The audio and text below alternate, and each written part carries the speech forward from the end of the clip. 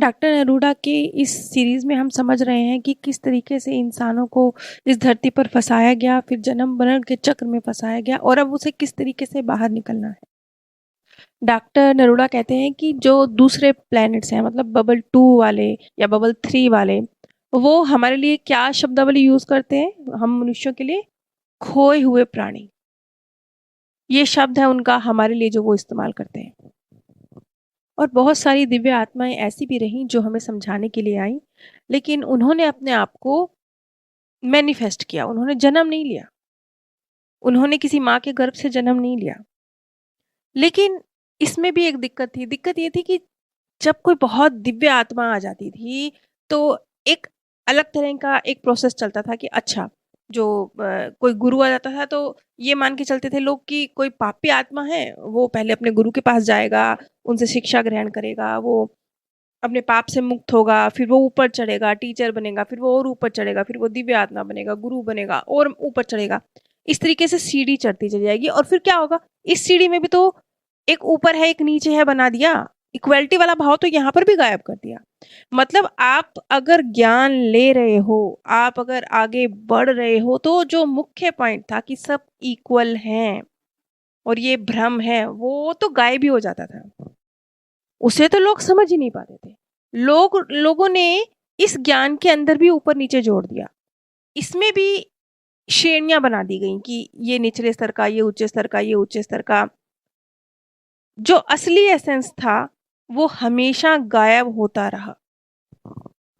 अब ये सब जितनी भी दिव्य आत्माएँ, चाहे वो श्री राम जी, श्री कृष्णा जी, बुद्धा जी, जीसस, जो भी इस धरती पर आए, उन्होंने हमें जो जानकारी दी, जब हमने उन द्वारा प्रदान की गई जो जानकारी थी, उसे भी सही तरीके से नहीं समझा और उसमें भी हम ऊपर और नीचे लेकर आ गए कि हम सुपीरियर, ये इन्फीरियर, ये सारे भाव हमने, यहाँ तक कि ये तक भाव आ गया कि अगर मैं अपने गुरु का शिष्य हूँ, तो मेरा गुरु महान, मैं महान।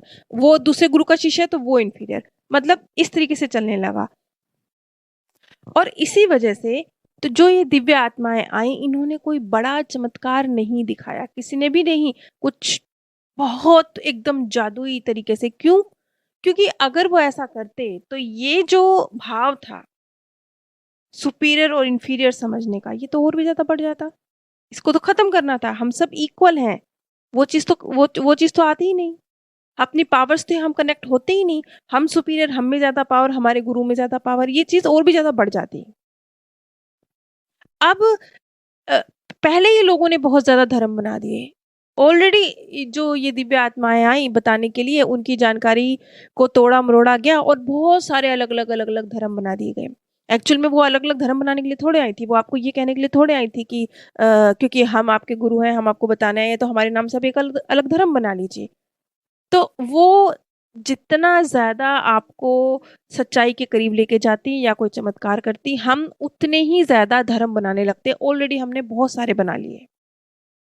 और ये सब जो महान दिव्य आत्माएँ थी, ये अलग-अलग, अलग-अलग धर्म तो बनाना ही नहीं चाहती थी। क्यों नहीं बनाना चाहती थी? क्योंकि इससे तो और भी ज़्यादा सेपरेशन आ रहा है। हम और भी ज़्यादा अलग-अलग होते जा रहे हैं। तू अलग, मैं अलग, तो ये ज़्यादा होता जा रहा है। तो वो तो चाहते ही नहीं थे कि इस तरीके से धर्म बने। अब जो ये दिव्य आत्माएँ धरती पर आती थी, इनके साथ होता क्या था? क्योंकि अनुनाकी ये तो नहीं चाहते थे ना कि ये जानकारी लोगों तक पहुँचे। तो जैसे कि जीसस आए फॉर एग्ज़ाम्पल, या बुद्धा जी आए, तो जैसे कि उन्होंने प्रेम का संदेश दिया। तो जो असली बातें थी वो छुपा दी गईं और उन्हीं के थ्रू माद्रुक ने ये चीज़ फैला दी कि देखिए कि परमात्मा कैसे प्रेम का, अथाह प्रेम का सागर है, ज्ञान का सागर है, खुशी का सागर है, आनंद का सागर है। मतलब अनुनाकी ऐसा ही है। जैसे कि फॉर एग्ज़ाम्पल जीसस के लिए कहा गया ना कि वो गॉड के बेटे हैं, तो फिर गॉड कौन? तो गॉड, वो जो जीसस आपको प्रेम का सागर दिखाई दे रहे हैं, आनंद का सागर, वो ही जीसस के पिता हैं, यानी गॉड है। ये बना दिया गया। या फिर डरा दिया गया जैसे कि गुरु नानक देव जी आए या और महान गुरु आए, उनको दीवारों में चिनवा दिया गया, उनको उनको मार डाला गया। तो क्या बात फैलाई गई कि भैया परमात्मा से डरो, या तो डर या तो प्यार, एक्सट्रीम में, मतलब कुछ जैसे भी रहो काबू में रहो। और बहुत सारे तो ऐसे आए जिन्हें सामने ही नहीं आने दिया गया, उन्हें पागल बना दिया गया। पागल मीन्स लोगों में एक ऐसी उनकी छवि बना दी गई कि ये व्यक्ति अनगर्ल बातें करता है, ये पागल व्यक्ति है। लोगों ने उसे दुत्कार दिया, कंडम कर दिया, उन्हें अकेला कर दिया। और इन सब से क्या होता था? इन सब से ये होता था कि लोग उनकी बात सुनते ही नहीं थे। वो पागल की कैटेगरी में आ जाते थे तो लोग सुनते ही नहीं थे। जीसस वो पहले अवतार थे जो इस धरती पर आए, जिसके लिए अनुनाकी ने ये सोचा कि हाँ, इसे अपनाया जाएगा और इसके थ्रू खुद को लोगों के सामने पेश किया जाएगा और एक धर्म का निर्माण कर दिया जाएगा। मतलब कोई अवतार अगर आया भी तो भी जो वो नहीं करना चाहते थे, धर्म बनाना नहीं चाहते थे, अलग अलग करना नहीं चाहते थे, लोगों तक असली मकसद पहुंचा ही नहीं और धर्म बन गए हम और भी ज्यादा अलग अलग हो गए। और हमारी प्रोग्रामिंग इस तरह की है कि जब ये अवतार आके हमें कोई जानकारी देते भी थे तो हम या तो इन पर अटैक करते थे, इन्हें गलत कहते थे, इन्हें बुरा कहते थे, या इग्नोर करते थे, परवाही नहीं करते थे, या हमारी समझ में ही नहीं आती थी।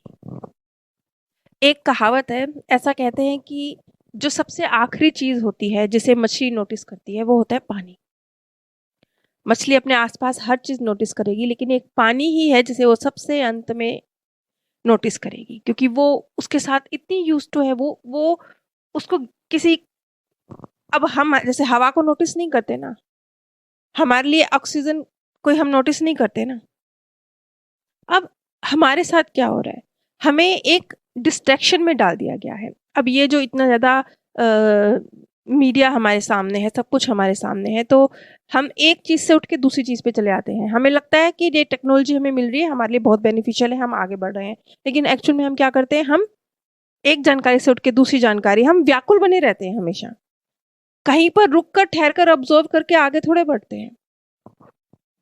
ये ऐसा ही है जैसे कि मछली जो बिल्कुल समुद्र के एकदम गहरे समुद्र के जहाँ एकदम अंधेरा होता हो वहां रहती हो, उसको उसे पूरा जीवन वहीं पैदा हुआ है, वो वही जीवन जी रही है।